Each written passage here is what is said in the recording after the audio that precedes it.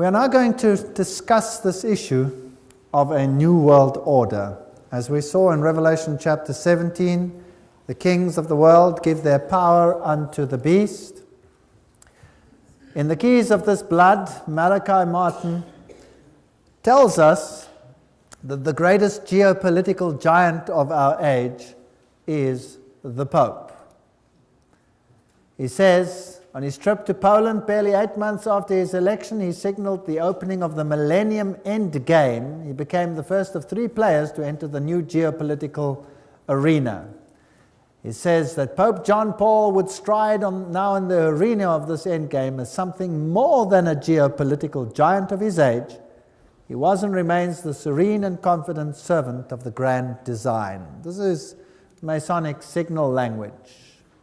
Here is John Paul II with the Trilateral Commission. And here is John Paul II with B'nai B'rith, Jewish Freemasonry. This is a fascinating signal picture with him in the center controlling the most powerful think tanks in the world, because that's what the signal tells us.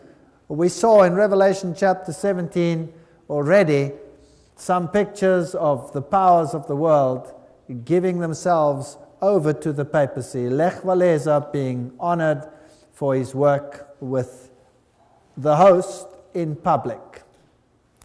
The Bush-Gorbachev summit in Malta, George Bush referred to as a gateway to the millennium of freedom, and it was heralded as the building of a new world. It is a big idea, a new world order, where diverse nations are drawn together in common cause. Only the United States has both the moral standing and the means to back it up. So they want to create this new world order. Revelation chapter 13 said that the beast that comes up out of the earth would be the power that did it. Bush confirms that for us. By 1990, a peace prize went to Gorbachev for losing his country. A man of the decade he became, and the old symbols, which are Masonic symbols of the East German Empire, were removed. The communist emblem leaves. Pretoria News, August 20, 1999.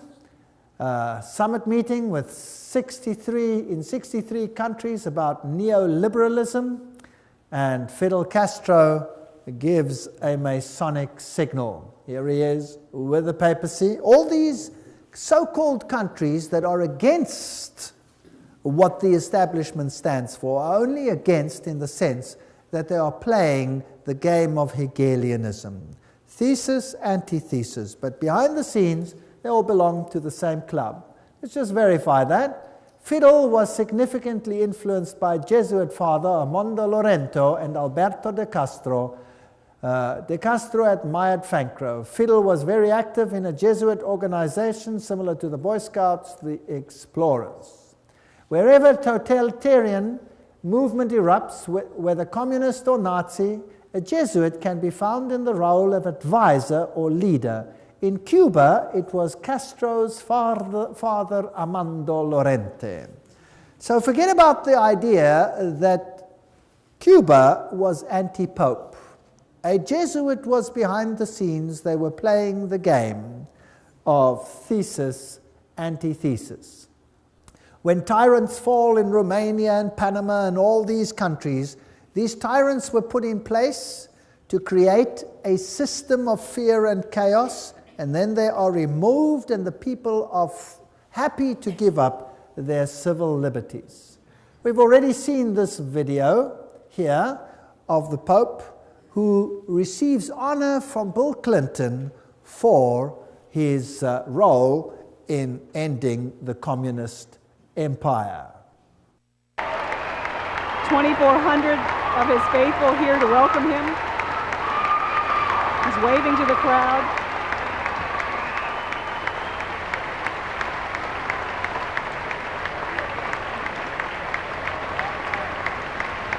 Archbishop Regali is alongside the Pope as he shakes hands with the First Lady. We honor you for helping to lead a revolution of values and spirit in Central Europe and the former Soviet Union, freeing millions to live by conscience, not coercion, and freeing all of us from the constant fear of nuclear war. Your Holiness, on behalf of all of us gathered here today, indeed on behalf of all the people of our beloved nation, we welcome you back to America. Ladies and gentlemen, His Holiness Pope John Paul II and the Vice President of the United States and Archbishop. Pope declares the European community heaven sent. Very fascinating. Konrad Adenauer, who was the German Chancellor at that particular time when this was being devised, well, he is to be declared a saint. Can you believe that? He is to be declared a saint for his work. Pope declares EU heaven sent. And saints at the moment, Roman Catholic principles, they are to be declared saints. Now, to bring about the European Union, they had Maastricht. Maastricht is a Roman Catholic little town in a Protestant country in the Netherlands. And the symbolism there was very interesting. The 12 stars, they represent also the 12 stars that you have in the book of Revelation, which they apply to Mary rather than to the woman in white. It is also fascinating that the European Union issued a poster which was posted all over Europe where they had the Tower of Babel under construction. Can you see that? This was posted all over Europe, and the stars were upside down representing the goat of Mendes. This is Satanism. This is the new Tower of Babel. And the high French politicians said, we are building a new Babel, which they emphasized with this poster, and this time we will succeed.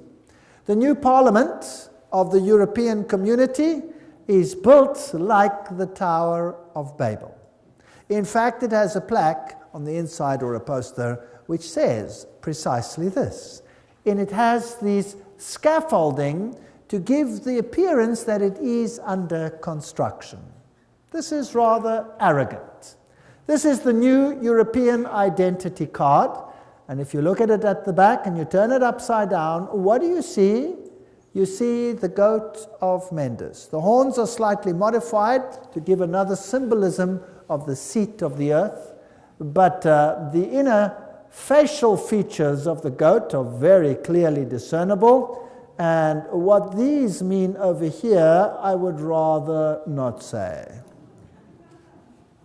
If we look at the high politicians of Europe, those that played the role in all of this, they are Masonic. That is a Masonic handshake between Schröder and Kohl, signifying the new Mason is taking over where the old Mason is leaving. So just as we saw that Kerry is a Skull and Bones member in America now, and the present president is a Skull and Bones member, it doesn't matter which one is going to win. So here too, Mason replaces Mason. Fingering the system, they're all showing that they're all part of the same system. When the Soviet Union fell, the new emblem that it adopted was this one, the double-headed eagle. Could you guess why?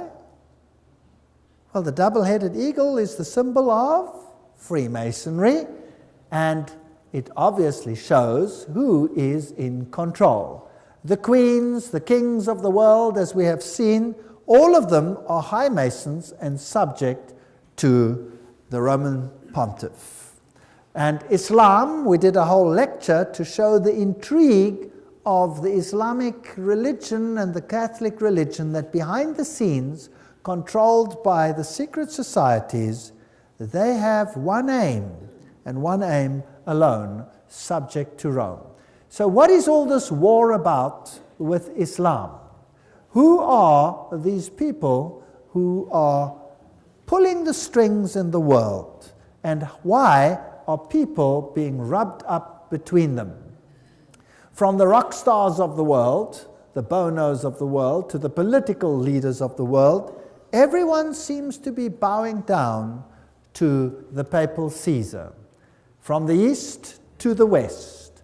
The Islamic world is currently being set up as the synthesis in the religious world, pitted against the Judeo-Christian culture as the antithesis, and then out of this must come a synthesis, where all of them will unite.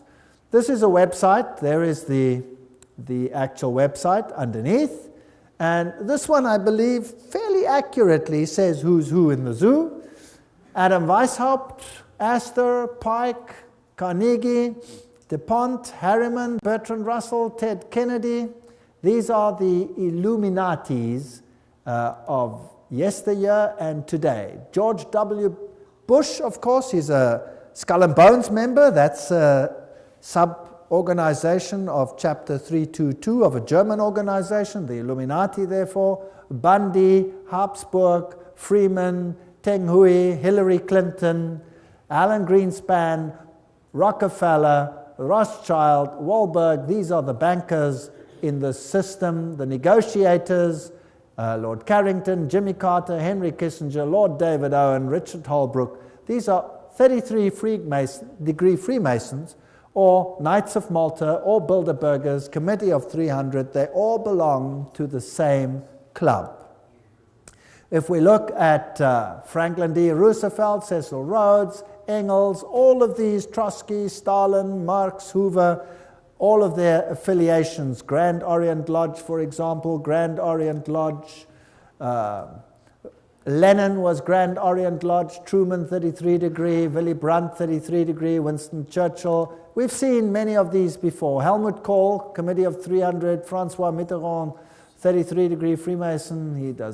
He is not alive anymore. Yitzhak Rabin, Yasser Arafat, 33-degree Freemason. These are fascinating details. Shimon Peres, Ronald Reagan, George Bush, Gerald Ford. I showed you Gerald Ford's signature where he signed for himself that he was a 33-degree Freemason. There it is. I photographed it in the lodge. And the Carters and these great political people in the world, the Schröders, the Netanyahus, the Gorbachevs, there is Saddam Hussein listed as a 33-degree Freemason. Now, that is somewhat strange, wouldn't you say? King Hussein, Al Gore, Tony Blair, all of these issues. Look at Saddam Hussein over there. Here's a picture of Saddam Hussein. And this is a picture that was beamed on national television during the war. During the war, of what he looked like. Now, they also said at that stage that they weren't sure whether this was pre-taped. That means it could have been pre-taped before the war even took place, because if they are insiders, they would know who's who and what is going to happen. Now, there is a very interesting rumor about this man. Have a look at his face and have a look at the fact that he has no beard. The CIA, as well as the British Secret Service, said at the time it could be a double. It could be a double, but nevertheless, that is what was depicted. He has always looked like this. He's never had a beard. This is what he's looked like. Then they find, finally, Saddam Hussein's hideout, a filthy place, they say, and they arrest the man and show him on national television. After that, one does not hear too much. And he has a magnificent beard, a magnificent beard. Now, if the previous one was shot during the war, then this must be the best hair fertilizer that mankind has ever found. Maybe he could become a multi-zillionaire patenting this fertilizer to make this beard grow as it is. They used at least 3 doubles. Who knows who this man is? And to say that they did blood tests, who knows whether you can trust the laboratories that did this. Nevertheless, he's listed as a 33-degree Freemason.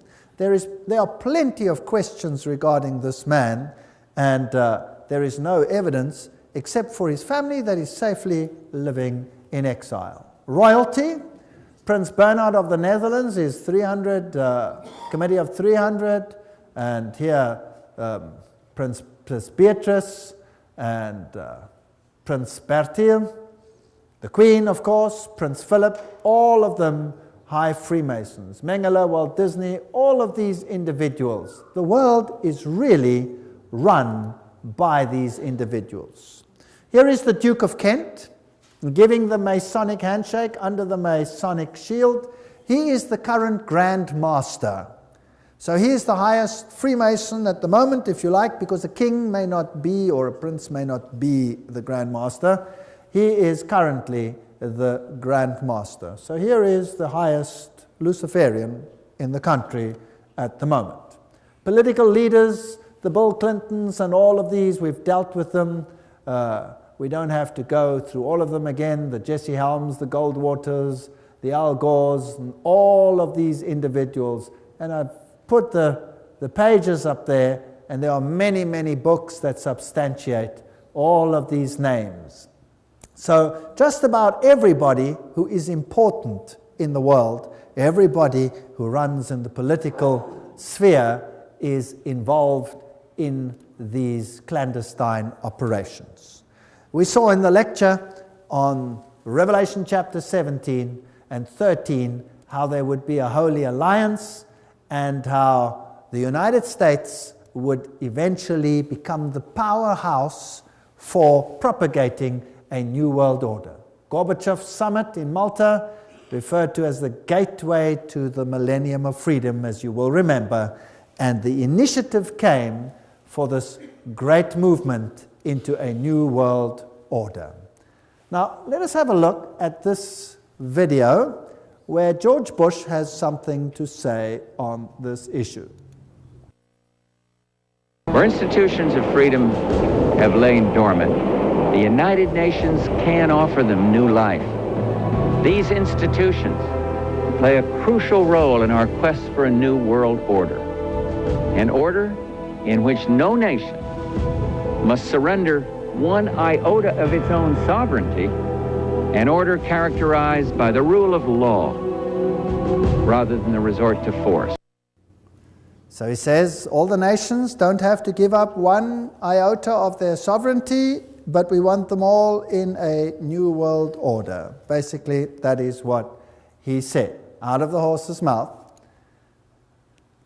And then this terrible incident took place. And, well, there were many, many deaths. A very strange incident.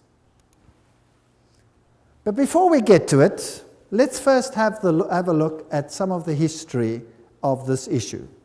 The United States had a problem in that it wanted to introduce anti-terrorism laws, but there was no real terrorism in the United States. And then all of a sudden, a building in Oklahoma, April 19, 1995, was gutted by explosions, and they fingered a man, Timothy McVeigh, who worked alone, they said, and brought this building down by parking a van filled with explosive outside and blowing the building to smithereens. That's the official report. Inside were women and young children, and if anything gets the sympathy of the people, well, then that is surely one of them. Let's have a look at what happened here. Through federal authorities that a second bomb has been found inside that federal building in Oklahoma City. It was an explosion at 9 o'clock this morning that did that damage you're looking at right there. That was in the federal building did go off. It did the damage that you see right there. The second explosive was found and diffused. The third explosive that was found, and they are working on right now as we speak, I understand, both the second and third explosives, if you can imagine this, were larger than the first. First bomb that was in the federal building did go off. It did the damage that you see right there. So you heard there on national television that a second bomb went off and it did the damage that you saw over there. They found a third explosive device within the building. The official report, however, says what? That there was a van outside with explosives. Now, I was not there. I was not there. So I'm not going to set myself up as a judge as to what happened over there. I can merely say what the report said, what the news said, and then we'll ask some questions, and you decide what happened over there. Timothy McVeigh apparently worked alone, just like in the Kennedy case, and he blew this place up. But eyewitnesses say, no, they saw two individuals, and they saw this truck on a previous day, and they had a number. But when this building exploded, there was no real crater where this truck is supposed to have exploded. Now, if a truck explodes outside the building, there must be a crater, and the building must implode. But the building didn't implode, it exploded. And that was done by a device on the inside, as you heard over here. So now, to fit the case and to say it was a truck, the people said, well, surely if it was a truck, then there must be some parts left of that truck. I mean, an explosion doesn't just get rid of every piece of a truck. It might be in smithereens, but there should be a piece of an engine block or something like that. There was nothing.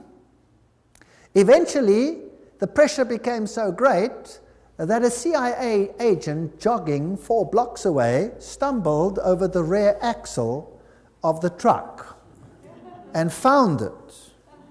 But the problem was, how do you identify this rear axle as part of that truck? Now, they had a registration number, and fortunately, the number was on the rear axle. Now, nowhere in the whole world do you put registration numbers of vehicles on rear axles. So this is a strange issue. But anyway, he was fingered as the sole one.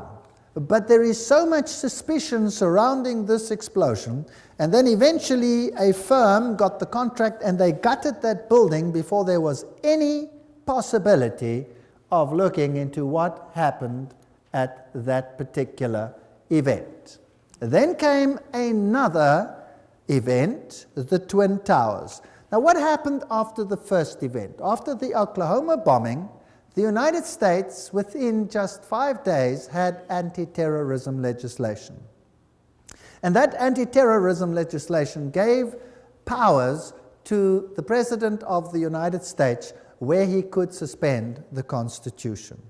But it didn't give powers where the United States could unilaterally enter any country in the world to do as it pleased. For that, it needed a war-footing legislation, as was the case with Pearl Harbor. There needed to be an incident. Well, an incident arrived in that the Twin Towers were destroyed. President Bush speaks to the United Nations General Assembly November 10, 2001. We must speak the truth about terror. Let us never tolerate outrageous conspiracy theories concerning the attacks of September the 11th. Malicious lies that attempt to shift the blame away from the terrorists themselves, away from the guilty. Now, isn't it interesting that George Bush there said, let us not tolerate conspiracy theories that shift the blame away from the terrorists themselves. Why? Because so many people started believing that everything was not right with these particular issues. Now, let's have a look at the first hit. When this happened, the first aeroplane struck. We've been preparing for this kind of event for nearly a decade. We've had presidential directives. It's a project called Homeland Defense. We are, as we have been saying this morning, in a... So what we have footage of the very first airplane striking that building. That means there was an opportunity to record that. Very quickly, the following happened. Even as the leaders of the Taliban deny any role in this, an Arab journalist based in London is quoted today to the Associated Press as saying that followers of Osama bin Laden warned 3 weeks ago they were going to carry out this sort of an attack. The chief of safety of the fire department of New York City told me he received word of the possibility of a secondary device, that is another bomb going off. He tried to get his men out as quickly as he could, but he said that there was another explosion which took place. And according to his theory, he thinks that there were actually devices that were planted in the building. 45 minutes into the taping that we were doing, there was an explosion.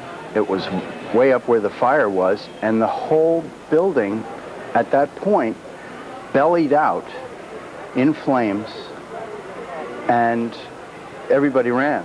I was about 5 blocks away when I heard explosions, 3 thuds, and turned around to see the building we just got out of, antenna tip over and fall in on itself. And then all of a sudden it started like it sounded like gunfire, you know, bang, bang, bang, bang, bang, and then all of a sudden 3 big explosions. All right, so the eyewitnesses said that they heard secondary devices, bang, bang, bang, bang, and a series of explosions, and then these buildings came down.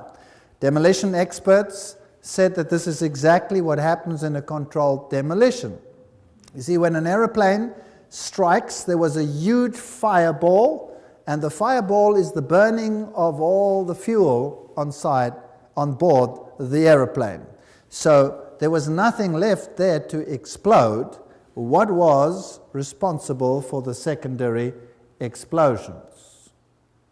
If we look at the setup, you will see there are the Twin Towers, and there are buildings all around, and these buildings were either slightly damaged or not seriously damaged. And then there is a road, and there's another building over there called building number 7, and that building came down sometime afterwards, although nothing hit it. And not much was ever said about that. What caused building number 7 to implode? Let's watch it. Okay, now watch 8 close. hours after the first plane crash, a third building at the World Trade Center collapses. This one, the number 7 World Trade Center building. This is a look at the flying debris from the number 7 tower. You're going to see that watch the explosion almost coming down coming the this street way. toward the camera. Number 7 tower at the World Trade Center. The CIA would have been in there normally, but they had, of course, abandoned the building when the the catastrophe occurred. So who would have been in that building? The CIA would have been in that building, but they had evacuated the building. And 8 hours afterwards, the building comes down in a controlled, it seems, implosion. Now, nothing hit that building, and these are very strange questions that we have to consider. After this event, there was a Canadian response. And there was a great resolution passed at the United Nations last night that might bring about a new order in the world that would be better for all of us. All of this was brought upon us in a single day, and night fell on a different world, a world where freedom itself is under attack. So the Canadian response was this could bring about a new order in the world, as it was decided at the United Nations after a meeting. Gary Hart, what did he have to say? There is a chance for the President of the United States to use this disaster to carry out what his father, a phrase his father used, I think, only once, and hasn't been used since, and that is a new world order. Tim, your life is going to change, but more important, your son's life is going to change forever. America will never be the same after September 11th. We've been preparing for this kind of event for nearly a decade. We've had presidential directives. It's a project called Homeland Defense. We are, as we have been saying this morning, in a state of war. Even as the leaders of the Taliban deny any role in this, an Arab journalist based in London is quoted today to the Associated Press as saying that followers of Osama bin Laden warned 3 weeks ago they were going to carry out this sort of an attack. The chief of safety of the fire department of New York City told me he received word of the possibility of a secondary device, that is another bomb going off. He tried to get his nuclear, but he said that there was another explosion which... All right, that's enough. We've seen the buildings coming down. We've heard that while these things were still happening, the American government had fingered the culprits. A bunch of terrorists, naming their names, about 25 of them altogether, and the whole plot had been resolved by the end of the events that unfolded that day. An amazing piece of detective work after the event while it was even happening. Now, again, let me say I was not there. So let me tell you what has transpired and what people have said about these issues in the world, what has been published and what is facts that cannot be disputed. And then I don't make a judgment because I wasn't there. You make the judgment based on the facts. This is the story. They say the terrorists were of Arab extraction, and they mentioned the names of the passengers on these aeroplanes, which were United Airlines aeroplanes. And the mastermind behind the scene is a man by the name of Atta, who is fingered as the one who received instruction on how to fly an aeroplane. Well, when they released the names, immediately there was a hue and cry from the Arab countries because 5 of the terrorists, supposed terrorists, mentioned that they were very much alive and well and couldn't have been on the plane. Right? Very important. They were alive and well and couldn't have been on the plane. How did they know that Atta was the mastermind? You see, on his way to the airport, he had just happened to leave his documents in the taxi that was transporting him. So they had his documentation. Which terrorist would leave his documentation behind? That is the one question. The next point that is very interesting is that they have evidence that he was the man because he wrote a suicide note. This is all fact. This is all published fact, what I'm saying now. I'm not making this up. This is all referenced. This is a fact. You decide the rest for yourself. Now, he wrote a suicide note. And this suicide note, he then placed within his suitcase. And then he handed in the suitcase, as we normally do when we go onto the aeroplane. Now, which person would write a suicide note that was going to be destroyed in an aeroplane crash? Does that make any sense? So the fact of the matter is they have a suicide note. But now the question is, if he handed in his suitcase to be put on top inside the plane, how come they have the suicide note? Well, just by chance, this is the one suitcase they forgot to put on the plane. And that is how they have his note. How do they know there were Arab terrorists in there? Because a passport. Nothing else survived that plane crash, but a passport fell out, and it happened to be a burnt-out passport, which still could identify one of the terrorists. This is very circumstantial. Now, as these aeroplanes, with absolute precision, struck those twin towers, their black boxes were totally obliterated. These are of titanium and are designed to survive such crashes. There is no evidence of them whatsoever. They have been totally destroyed. So we have a very strange situation. What hit building number 7? Nothing hit it, but it came down in like fashion. And there is plenty of evidence that there were possibly secondary devices in the buildings, as you heard from the commentators themselves. So what about the infrastructure of the aeroplanes? Well, there are certain parts lying there, so there was definitely a situation where those planes hit that particular building because you have wheels and all kinds of components of the aeroplanes surviving. Even those crashes with those tremendous explosions, there were parts of these aircrafts everywhere. Every time an aeroplane crashes, there are huge pieces of fuselage and etc. which remain, and they sometimes can fit all these things together, and that was also the case at the Twin Towers.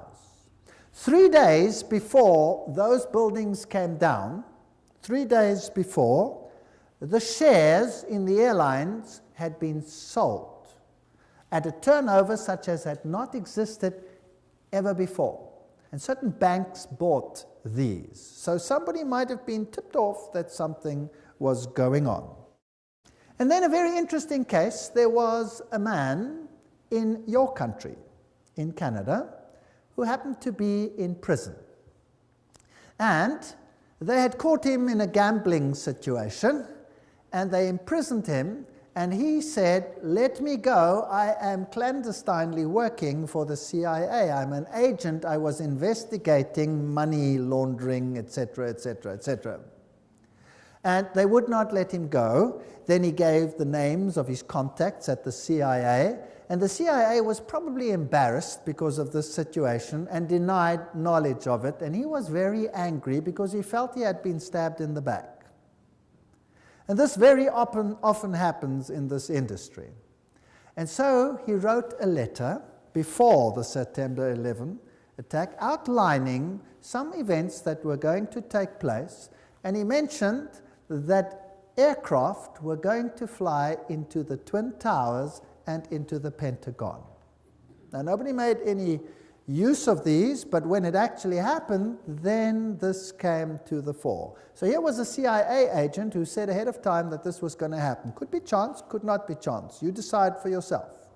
A certain Atta, the man who is supposed to have planned this, with only in-flight training, with absolute precision, they went into those buildings. This is an amazing story. Received funds, $100,000 US, from Pakistan's secret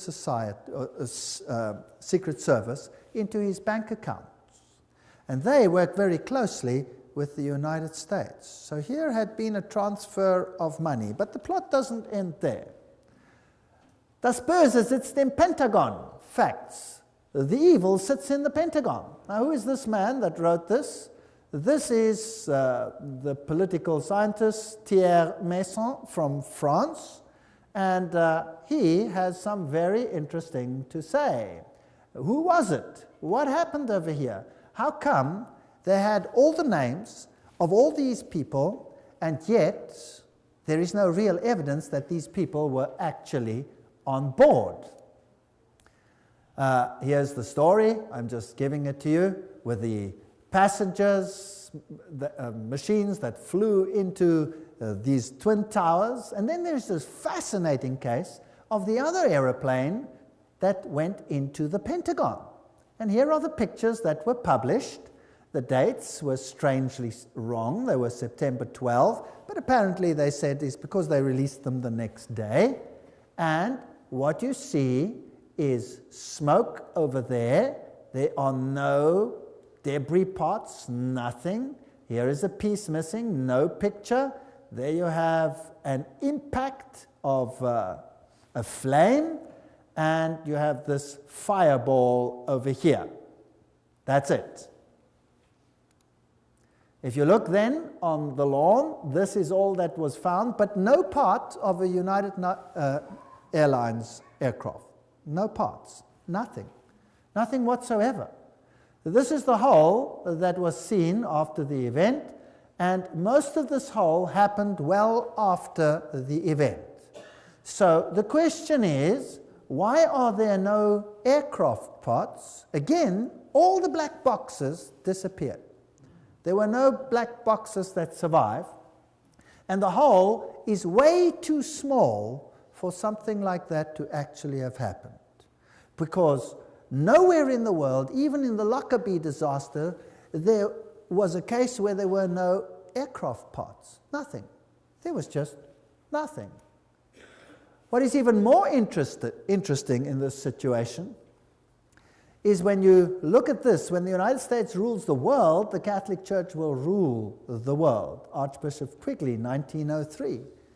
Let me go back to this September 11. To rule the world, you have to be able to have access to the entire world whenever you want to, however you want to.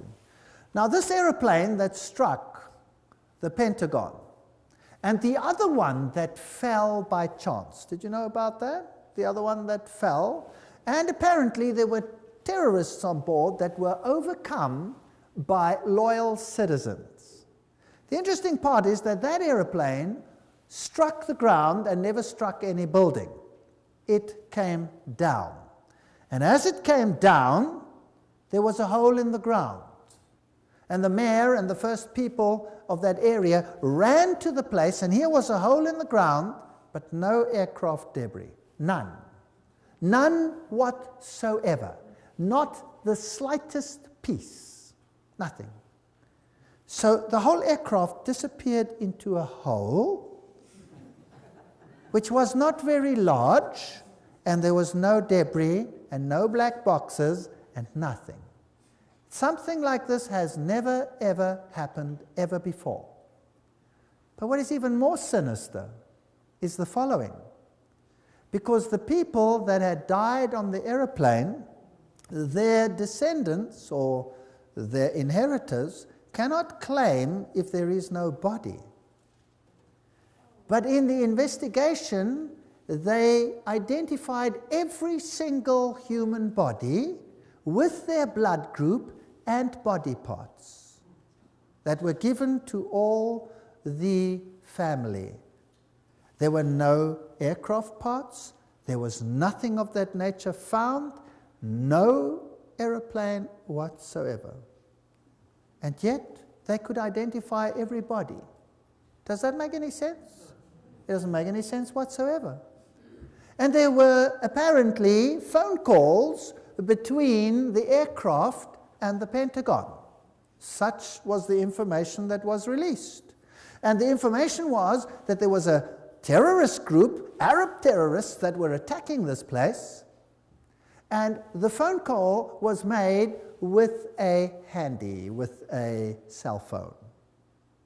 But then, of course, they found out that if you make a phone call with a cell phone, then you get an account for that phone call. And there was no record of such a phone call. So the Pentagon backtracked one and said, yes, excuse me, we didn't actually get the phone call from a cell phone. We got it from the onboard telephone. That's how it happened. And again, they did an investigation. If you make a telephone call on an onboard phone, then you swipe your credit card through it, and there must be a record of a credit card transaction from that phone. But there was no record. So the Pentagon backtracked again and said, yes, that is true, but it was done as a collect call. That's why there was no credit card, because the individual had forgotten the credit card. But you cannot make a collect call from an onboard telephone. And there the story died.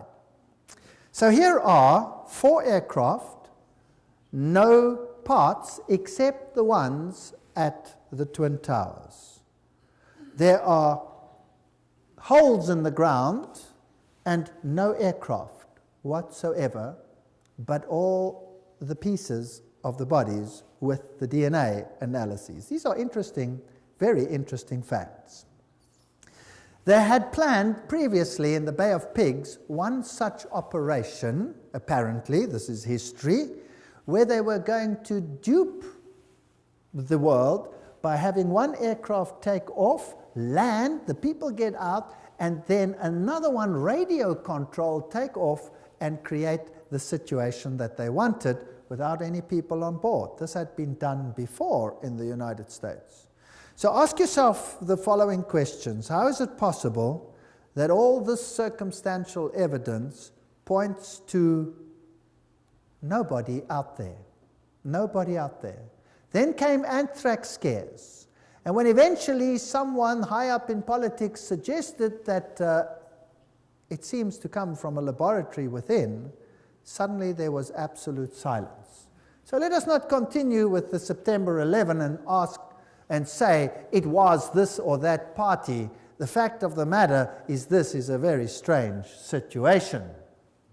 And if you look at the high role players in the United States, whether it's Madeleine Albright or any one of them, they use brooches which depict Luciferian connections like goats and all of these.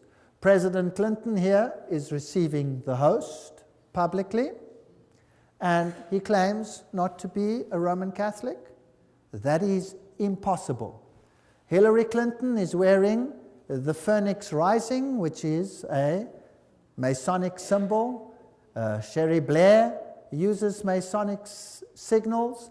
The presidents, the prime ministers of the world, whether the Thatchers or the Carters or the whoever they are, all of them seem to belong to insider organizations, whether they are religious leaders or political leaders, or whether they are Europeans or Americans or Eastern, all of them seem to be involved.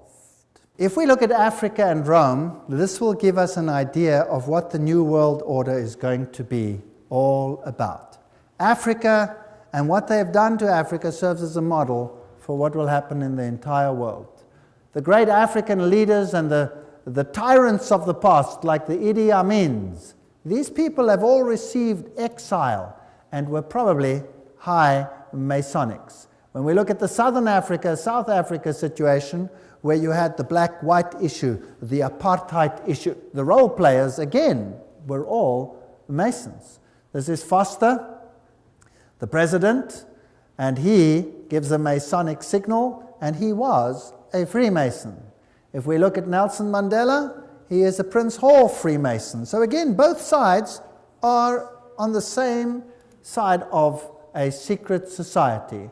If we look at de Klerk and Nelson Mandela, we have the same situation there. Mandela is compared to Jesus Christ. They lift him up. They have a synthesis and an antithesis, and he receives the host publicly, although he declines to say that he is Roman Catholic. He says he's not Roman Catholic. Now, Roman Catholic canon law states that you cannot receive the host if you are not a Roman Catholic. So these people are really something else.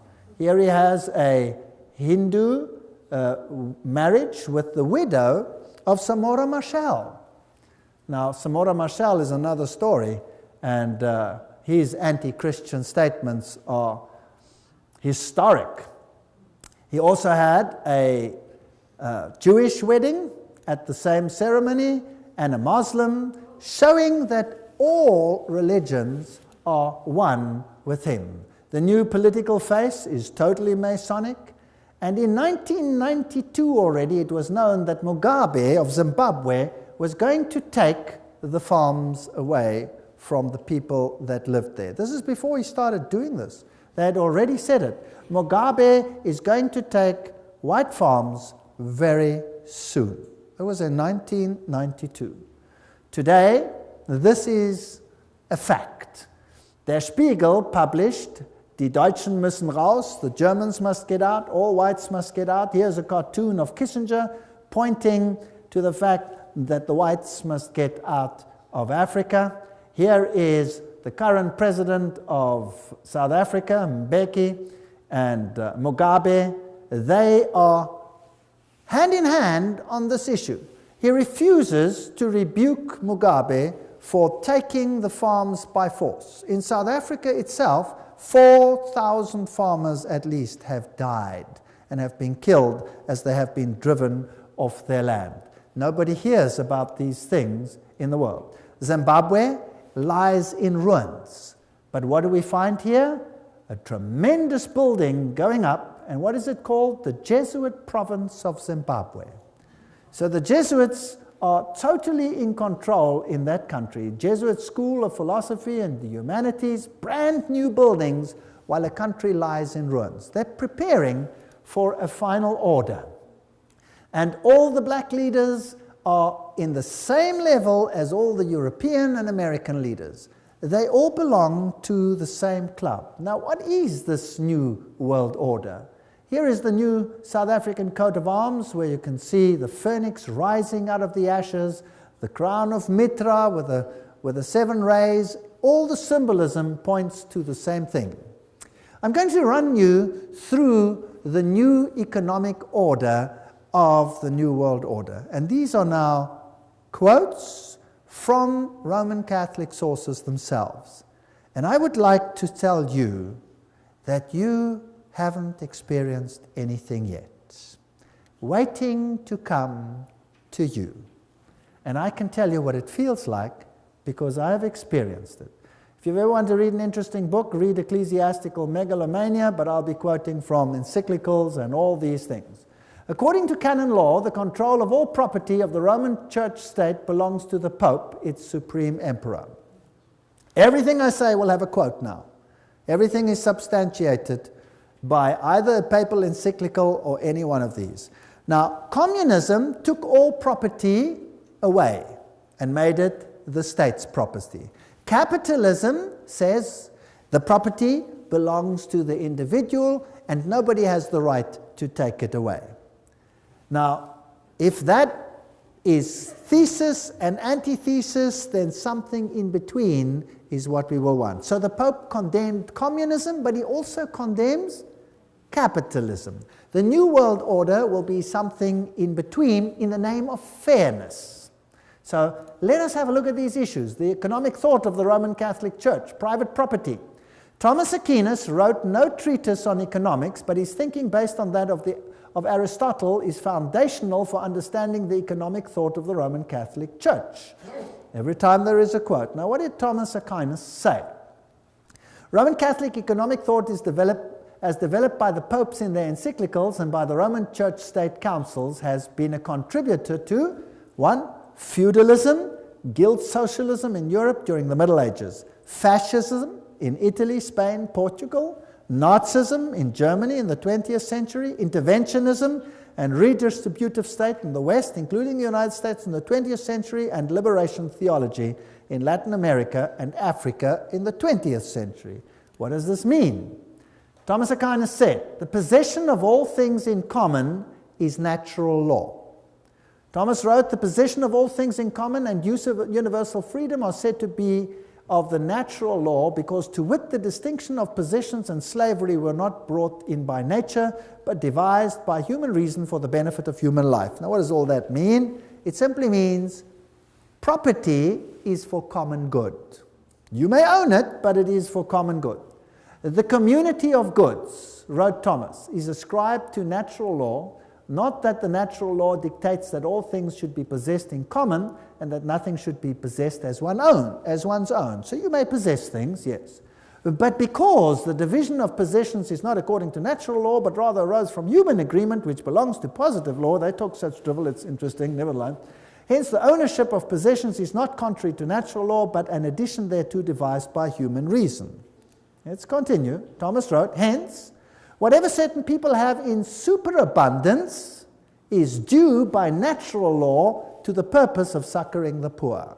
Okay, now we're getting there. You may possess things, whatever you possess, but whatever you possess more than you need is there for the common good of those that don't have. Does that make sense?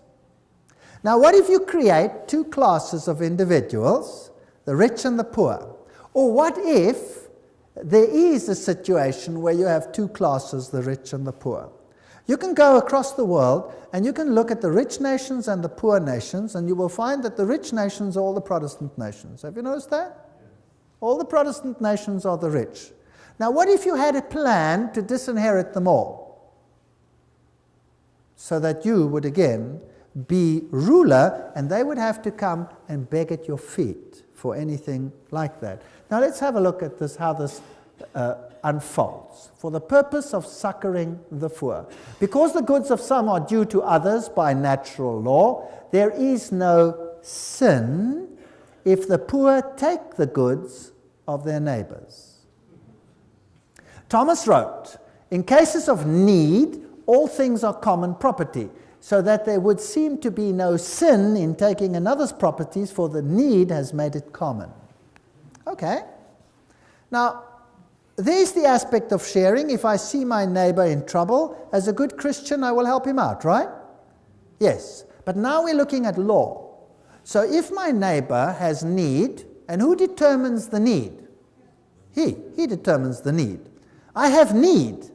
I have a need. I have a need of a television, and I don't have one, and you have one. And you have money, and you can go and buy yourself another one. I have need of your television. Can he then take it without being a sinner, yes or no? According to this, yes. What if you have a car and he doesn't have one? He can take it without sin, according to Thomas Aquinas. Now, this was a long time ago. Surely this doesn't apply today.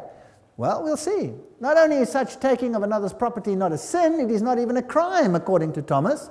It is lawful for a man to succor his own need by means of another's property by taking it either openly or secretly Nor is this, properly speaking, theft and robbery.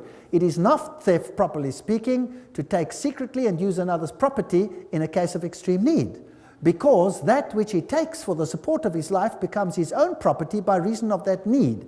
In a case of a like need, a man may also take secretly another's property in order to succor his neighbor in need. Ooh, this gets very interesting. Now, did you know that if I leave my property unattended in South Africa and somebody moves in, I cannot throw him out? He's in because he has need. That's the law. And you think that is a South African law? No, that is a British law as well. That is a law virtually all over the country now, but it's not being implemented because the situation is not such yet that it has to be implemented everywhere. Once you start opening the borders and millions of poor people start coming in, well, then there will be great need. What did they do with need overseas? So, in South Africa, people go on holiday, they come back, their house is occupied. And they can't throw the people out. Because their property is in their name, they have to pay the bills, they have to pay the rates, they have to pay all those things, but need made it common, therefore that man can move in. Is that the situation? Yes, it is. It gets worse. The Roman Catholic doctrine of private property is echoed in the 19th century communist slogan, from each according to his ability to each according to his need. Can you see the Roman Catholic doctrine there? Human rights are more important than property rights. It was the creed of Lyndon Johnson's Great Society. We shall take from the haves and give to the have-nots who need it so much. Lyndon Johnson said that. What continent is that? It appears in the literature of fascism, Nazism, liberation theology, interventionism, and socialism. The universal destination of goods. This is John Paul II's expression of it in 1987 in an encyclical called On Social Concern. It is necessary to state once more the characteristic principle of Christian social doctrine. The goods of this world are originally meant for all. The right of private property is valid and necessary, but it does not nullify the value of this principle. Private property, in fact, is under a social mortgage, which means that it has an intrinsically social function based upon the justified precisely by the principle of universal destination of goods. Oops! What did John Paul II just say? He said that what Thomas said is what I say. You may have private property. The Roman Catholic Church is for private property. That sounds very nice. But it's never qualified that that property is only yours for common good. So one day you wake up and in your garden you have squatters. And you call the police and you say, hey, or you go out and you say, get off my property. And they say, let me alone or I'll blow your head off. Hey, you go to the cops, you say, cops, come help here, people squatting on my land. Sorry, they have need. You have too much land anyway, live with it. Okay. Pope Paul VI made the point quite clear in 1967 encyclical on the progress of people. Each man has therefore the right to find in the world what is necessary for himself. This gets interesting. The recent Council, Vatican II, reminded us of this. God intended the earth and all that it contains for the use of every human being and people. Thus, as all men follow justice and unite in charity, created goods should abound for them on a reasonable basis. All other rights whatsoever, including those of property and of free commerce, are to be subordinate to this principle. That means if I have need of a manufactured good, can I take it? So now I'm driving my car, and we have a hijacking just about every 12 minutes. And a gun comes in and says, get out of the car, and I relinquish my car, and if I don't, what happens to me? I get shot. The man has need of my car. It's gone. Finished.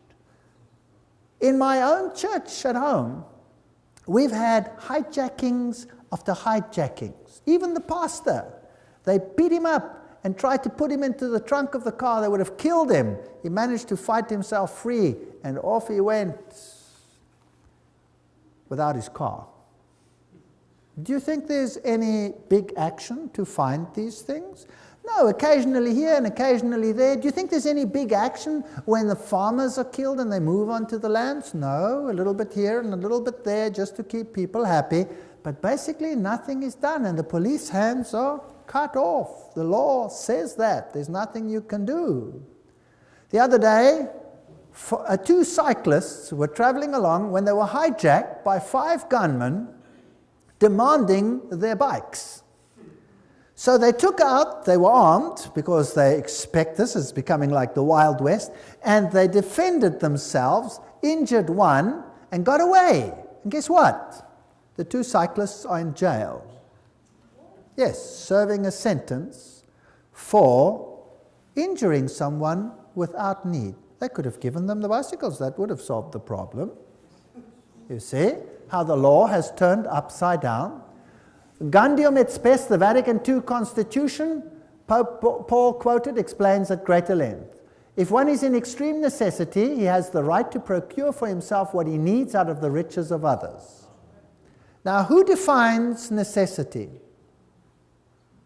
Since there are so many people prostrate with hunger in the world, the Sacred Council urges all, both individuals and governments, to remember the aphorism of the fathers. Feed the man dying of hunger, because if you have not fed him, you have killed him. Therefore, because private property is immoral, all men, individuals and governments have the moral obligation to redistribute goods held unjustly by property owners. Have you heard of redistribution of goods lately? Have you heard of it many times lately? Yes, there is going to be a redistribution. All goods includes not just goods found in nature, but manufactured goods as well. John Paul II declared that all men must have access to those goods, quote, which are intended for common use, both the goods of nature and manufactured goods. I own nothing. Only on paper do I own anything. The state rules supreme. My life soon could be a misery. So if you are attached to your homes here in Canada, and this is the basis for the New World Order, if you are attached to your cars and your televisions and all these things, loosen yourself. Because soon they will be redistributed, and there will be nothing that the white or black or pink Protestant can do about it. And if some other suffers in the way, that is fair enough. The ends justifies the means. The redistribution will go as it should be. Rerum novarum. Who's heard of Rerum novarum? This is the papal encyclical that was issued, that is being quoted to this day, Pope John's.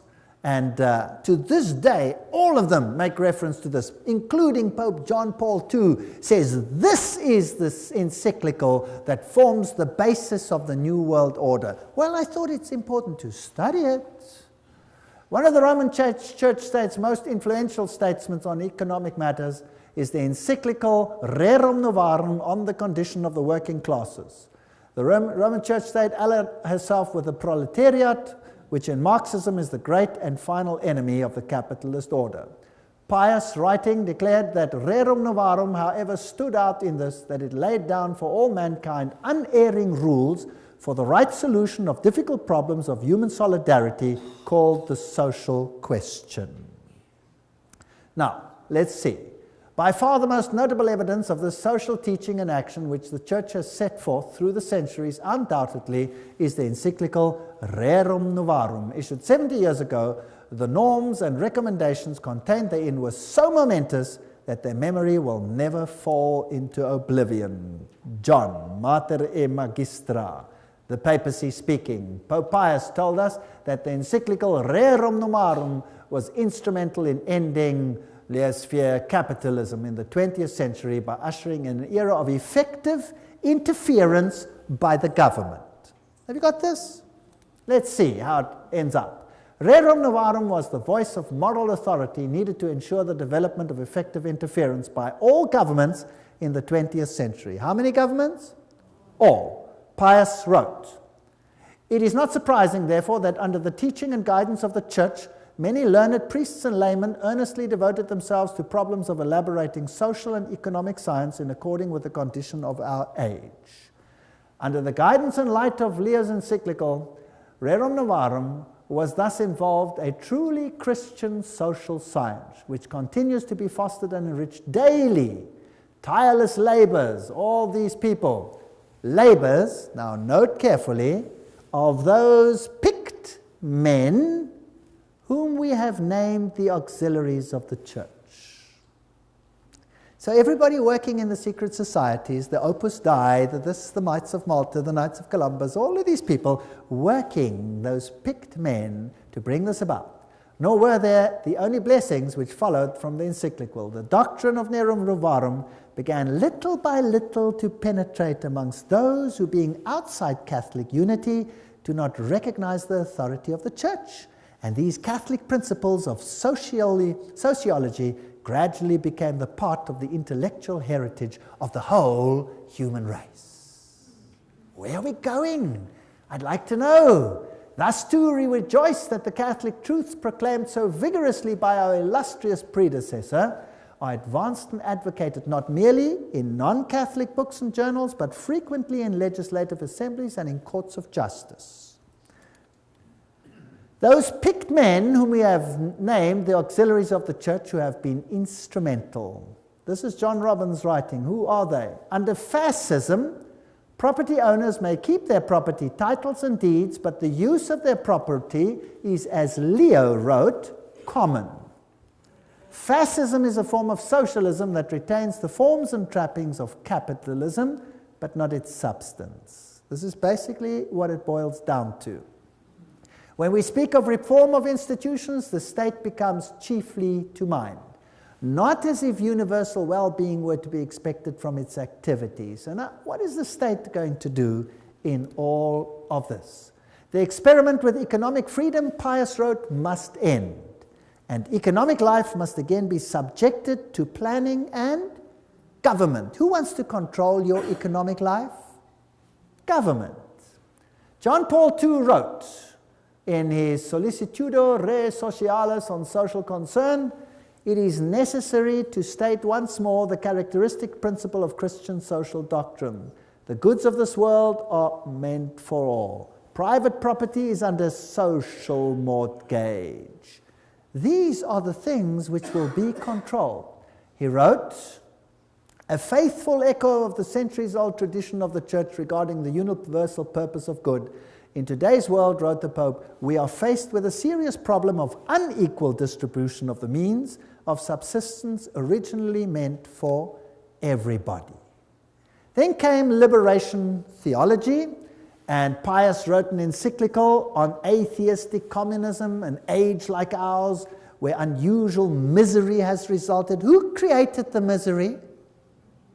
They created it so that they can create the solution which they want. So, in Africa, they elevate a few and suppress the masses. Then they turn it around and they create the situation that they want. They create communism, they create the chaos. Out of the chaos, they create the social order which they want. So the second reign of terror was supported by the papacy. Father Camilo Terres, who was shot in 1966, declared, the Catholic who is not a revolutionary is living in mortal sin. Pope John Paul II wrote in 1968, the Church does not hesitate to defend fearlessly the just and noble cause of human rights and to support courageous reforms leading to a better distribution of goods, including earthly goods such as education, health service, housing, and so forth. Now we come to human rights. What did we read about in the French Revolution? What's going to be the standard of the world? Human rights. You have a right to property. You have a right to anything that you have need of. We are convinced that the theology of liberation is not only timely, but useful and necessary. That's what the Pope says, not me. This is his words directly. John Paul II, letter to Brazilian bishops. It should constitute a new stage of the theological reflection initiated within the apostolic tradition. And then he refers to Rerum Novarum. Franklin Roosevelt, when he was elected, he made Professor Ryan part of his administration. Now, who was he? Ryan wrote in 1931, The workers have a claim upon industry for all the means of living, from the time they begin to work until they die. When industry does not do it directly, then it is the business of government to enforce it upon industry. See how it starts? Right. Now, let's look at some of the human rights. You have a right to freely found unions for working people. You have a right to culture, a right to emigrate, a right to immigrate, a right to food, a right to clothing, a right to rest, a right to medical care, a right to just wage, a right to life, a right to safe environment, a right to personal security of workers, a right to family life, a right to private property, highly qualified, of course. A right to common use of all goods is just thereafter, so that means nothing.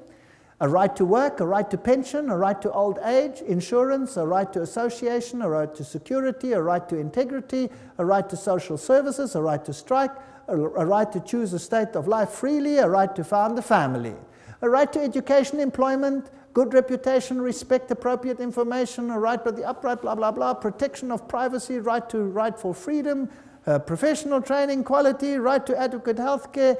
Oh, it's laborious. How do you control that? How do you control it? If you're going to control every aspect of that, then you must control every aspect of a person's life. You will not be able to go to the toilet in future without making a triple application to the Vatican.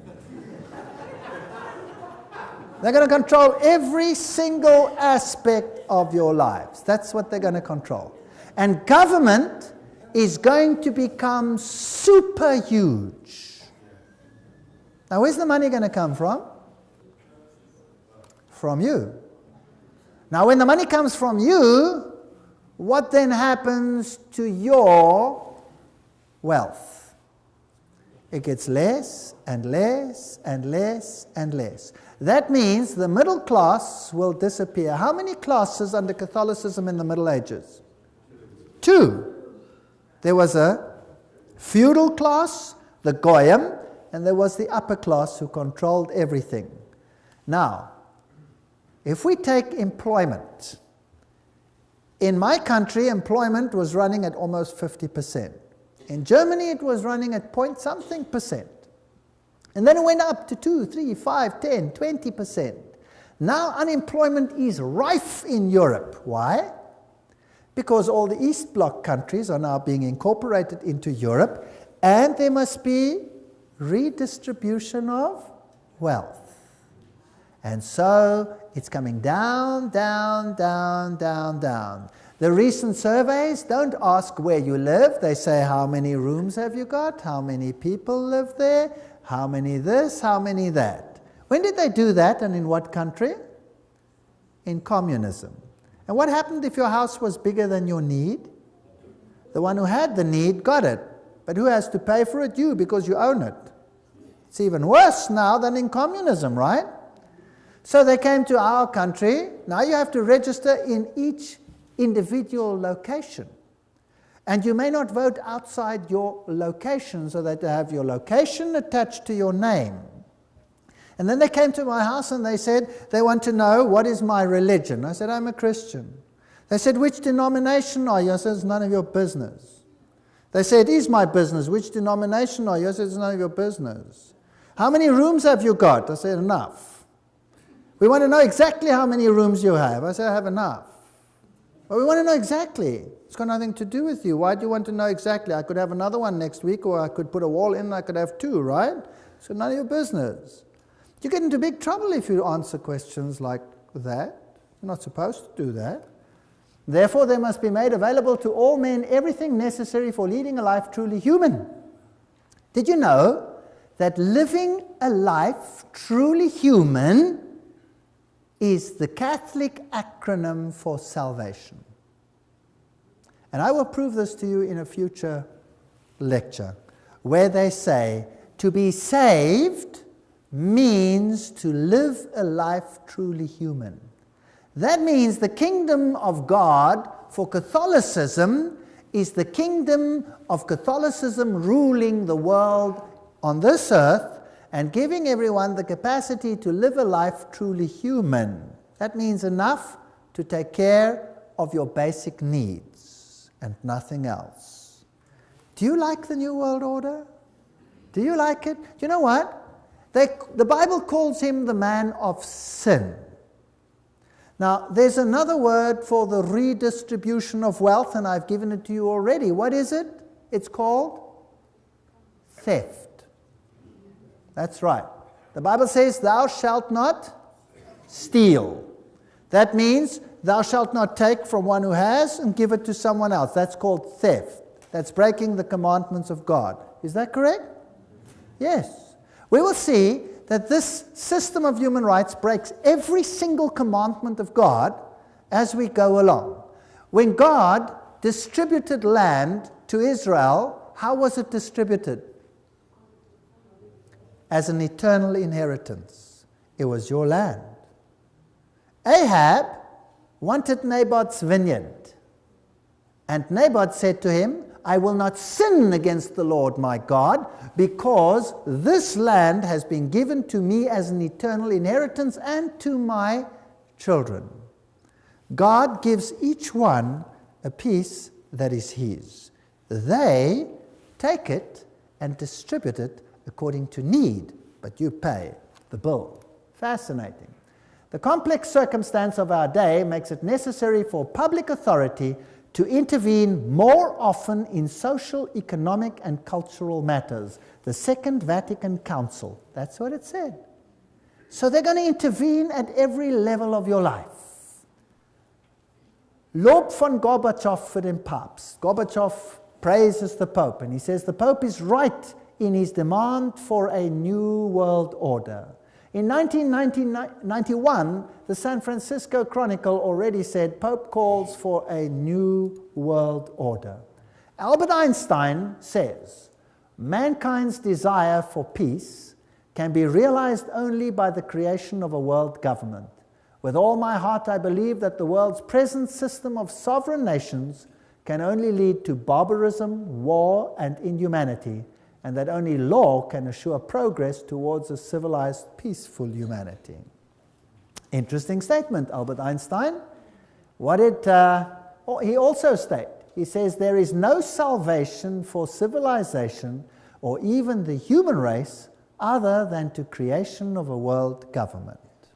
That was Albert Einstein. What did U Thant, former Secretary General of the United Nations, say? He said, world federalists hold before us the vision of a unified mankind living in peace under a just world order. The heart of their program, a world under law, is realistic and attainable. What did Mortimer Adler say? World peace is impossible without world government. Winston Churchill. These are big names. I'm not talking about small fry. The creation of an authoritative world order is the ultimate aim towards which we must strive.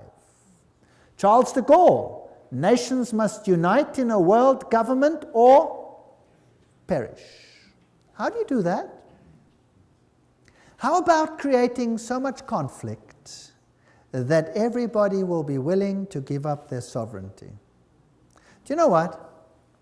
In South Africa, I give these lectures to the public. The people are in despair. They are being robbed, driven off their land, they're being murdered. Our houses look like prisons. We cannot go to sleep without locking everything. In my very own little block, we've had murder after murder after murder, and robberies, aggravating robberies, and nothing seems to happen. The police don't even care, they don't even come out. Because there is so much turmoil all over the place that they cannot even cope with it. So who cares about your little problem that you've just lost everything? Take it to the insurance and see if you can get it back. Irrespective of the pain. They come in, they move in, they take all your private papers, they burn them. You have no record of your life, everything's gone. They sell the furniture they don't want, and the rest they keep for themselves and say, get lost. It's now time for redistribution. You had land before, now it's my land. That's how it goes. This is the New World Order. Welcome to the New World Order. Bertrand Russell, the only possibilities are now world government or death. The Humanist Manifesto, too, urges us to move towards the building of a world community. Robert Miller, former Assistant Secretary General of the United Nations, said, "We must move as quickly as possible to a one-world government, a one-world religion, under a one-world leader." I wonder who that is going to be. These are big, big names that I'm putting on the screen. These aren't speculators here and there. I'm often accused for speculating. Well, the biggest speculators are these people themselves. And what about this man? We saw how peace and unity was to come about. It was great. A great feeling of excitement, of peace, unity, of love, peace, love, and unity. Unity. Unity? Yes. All nations will come and worship before you, Lord, and worship before you,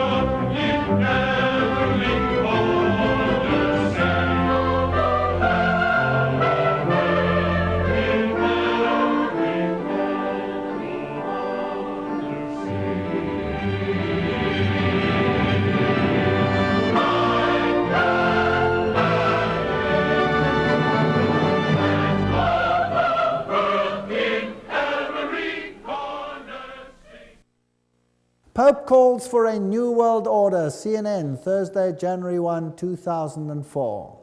He made his whole New Year's speech revolve around the new world order. I want to tell you today that the new world order is intended not just to unite the nations which God had separated, that's one aspect, but to eradicate Protestantism of the face of the earth. And particularly that form of Protestantism which refuses to bow to the papal Caesar. That form of Protestantism will have to go. And we will see that under the circumstances that will be created, these conditions are all in place right now. It is all there. And I will put it on the screen for you, so don't miss the next lectures. Now we're getting into hot territory. I'll put the quotes on the screen where they will tell you who the problem children are going to be. And don't think it's Islam. It's someone else. Don't miss the next exciting episodes. But before I go, I would like to remind you that Jesus said that this was going to happen. And if I know, and if I understand with my whole mind and with my whole heart, that Satan, because the dragon gave him his power and great authority, is setting up his kingdom here upon this earth, then instead of becoming disillusioned, frightened, hysterical, I know that the time must be very short, isn't that right? And I know that the Lord must be coming very soon. So, as far as I'm concerned, I have distanced myself from my property.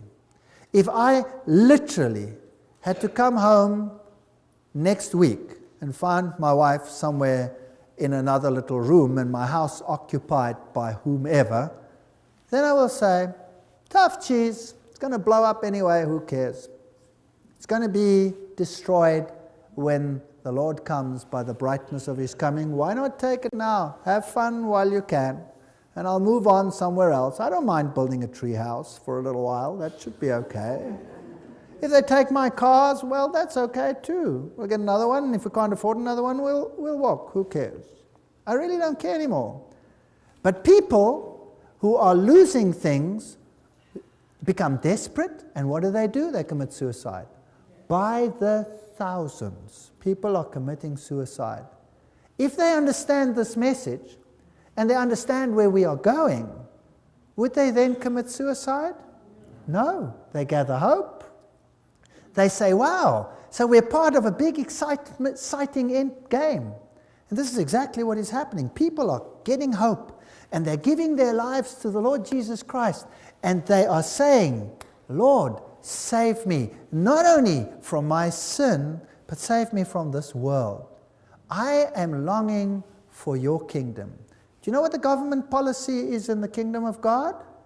I've already told you. Everyone in the kingdom of God gets a dwelling place in the city built by whom? By God. And it has your name on it. Did you know that? You have a city dwelling. In the new world, what happens?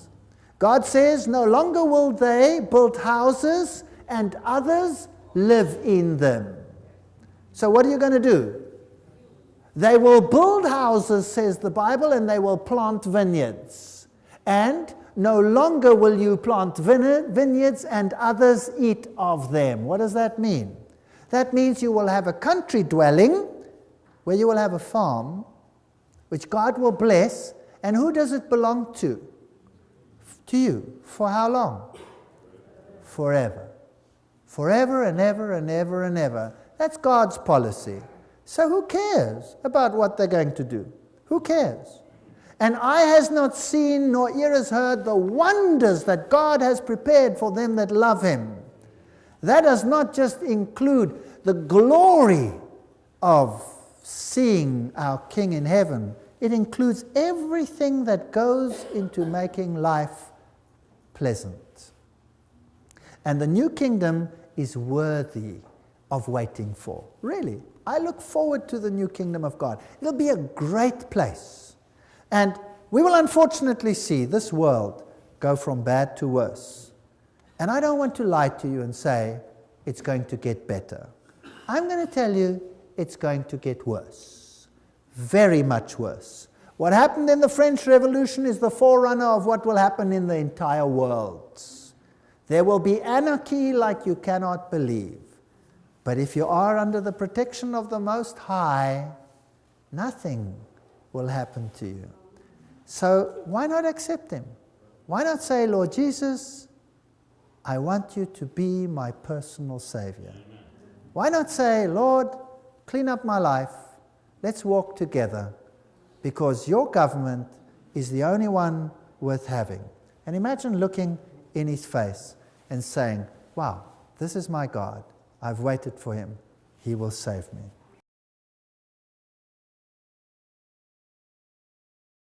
Heroes of Flight 93, the official version, is that this plane was heading, let's say, for example, for the White House or for the Capitol building, but that some heroes on board overpowered the pilot, and then the plane crashed onto the ground, killing all the occupants.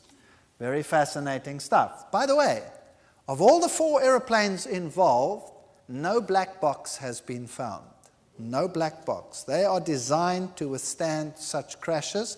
There is not one that has remained.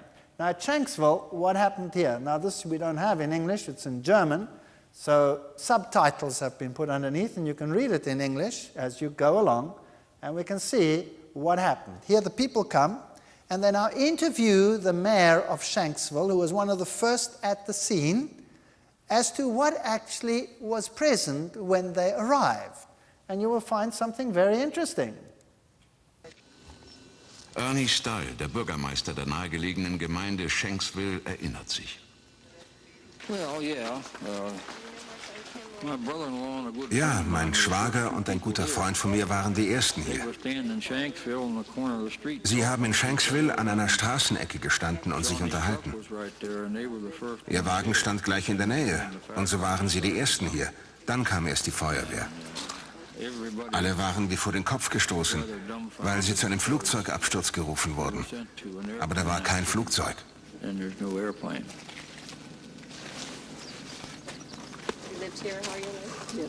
Kein Flugzeug.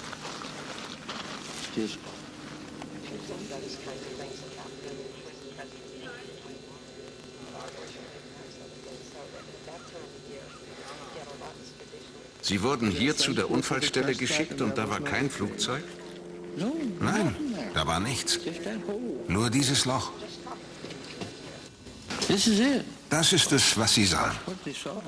Ich dachte immer, das sei die Absturzstelle. Das ist sie. Aber da ist nichts zu sehen. Das Flugzeug hat sich total zerlegt. Puff. Es krachte auf den Boden und löste sich auf. Vollkommen. Sage. Flugzeugtrümmer? Nicht. Stolz präsentiert die Fotografin ihr Werk genau an der Stelle, von der aus sie das Bild geknipst hat. Eine pilzförmige Rauchsäule, wie sie auch von anderen Augenzeugen beobachtet wurde.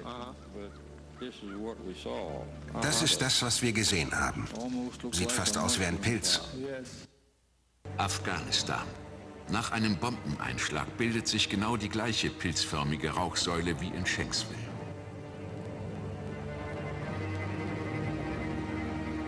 War es doch eine Bombe oder eine Rakete?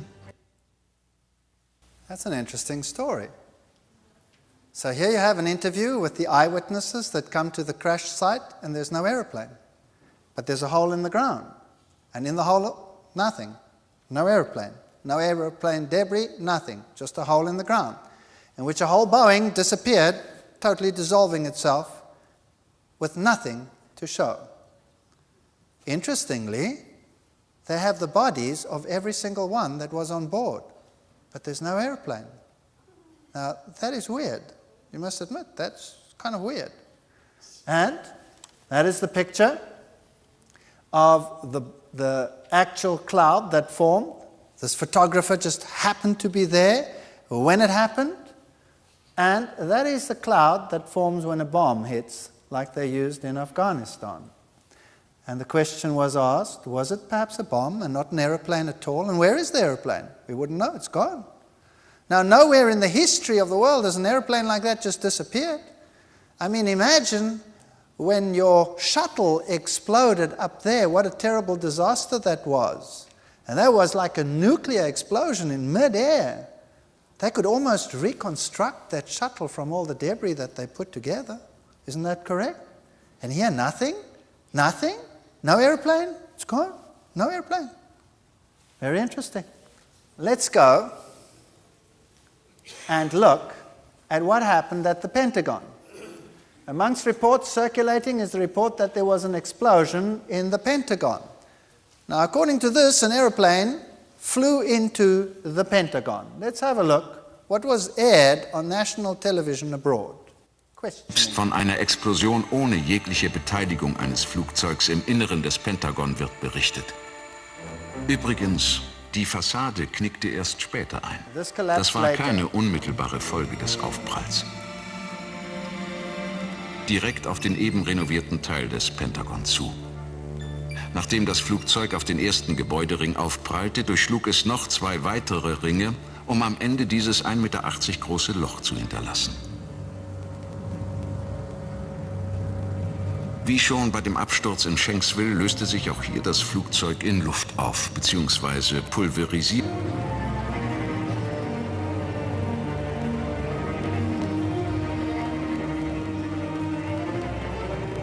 Auch nicht im Inneren des Gebäudes. Dafür nichtssagende Details. Eine Uhr, ein verkohltes Telefon, verrußte Räume. Einrichtungsgegenstände. Well, there you have it. That's the second one. Here comes an airplane, crashes into the Pentagon, goes through a hole, leaves a hole 1.8 meters wide. A whole airplane leaves a hole 1.8 meters wide. The rest of it collapsed later. Inside the building, no airplane debris. It's completely dissolved, gone. But there are clocks and there are telephones and furniture. They seem to have survived. Nothing else, no engine block, no nothing survived. No airplane. Whereas, if you go to the World Trade Center, where everybody saw the airplanes fly in, what do you find there? This is the situation. Ganz anders die Situation am World Trade Center. Trotz der viel massiveren Zerstörung stolpert man hier förmlich über Flugzeugteile. There was no problem there. That was a massive explosion. If anything should have ripped those planes apart, it should have been there. But there's lots of debris of airplanes. But at the Pentagon, nothing. Not a thing. At Shanksville, nothing. No airplane. Dissolved completely. The fact of the matter is that immediately after these events, the power was granted to act internationally. And you had massive legislation, homeland response, all of these things came in. Now, I'm not saying who it was, I'm not saying what transpired, I'm just giving you the facts as they were, and you decide whether the official version is okay.